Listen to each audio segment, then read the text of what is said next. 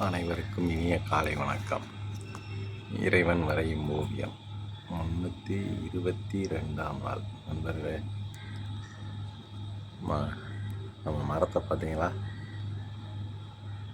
ஒரு 20 நாளைக்கு முன்னாடி இலையே இல்லாமல் இருந்த இந்த மரம் இப்போ எப்படி இருக்குன்னு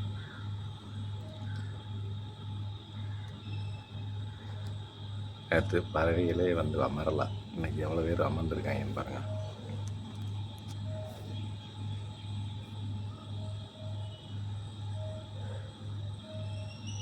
நண்பர்களே, தினமும் நம்ம ரசிக்கிற ஓவியம், இறைவன் வரையும் ஓவியம்னா நம்ம நினைக்கிற மணிக்கு அமையாது, அதுவாக அமையும். அதை நம்ம ரசிக்கணும்.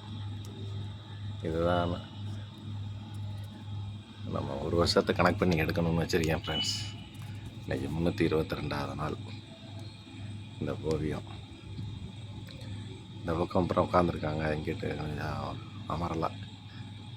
இலைகள் வந்துட்டு டிஸ்டர்பன்ஸாக இருக்கும்ட்டு வராதுகளா என்னென்னு தெரியல ஃப்ரெண்ட்ஸ்.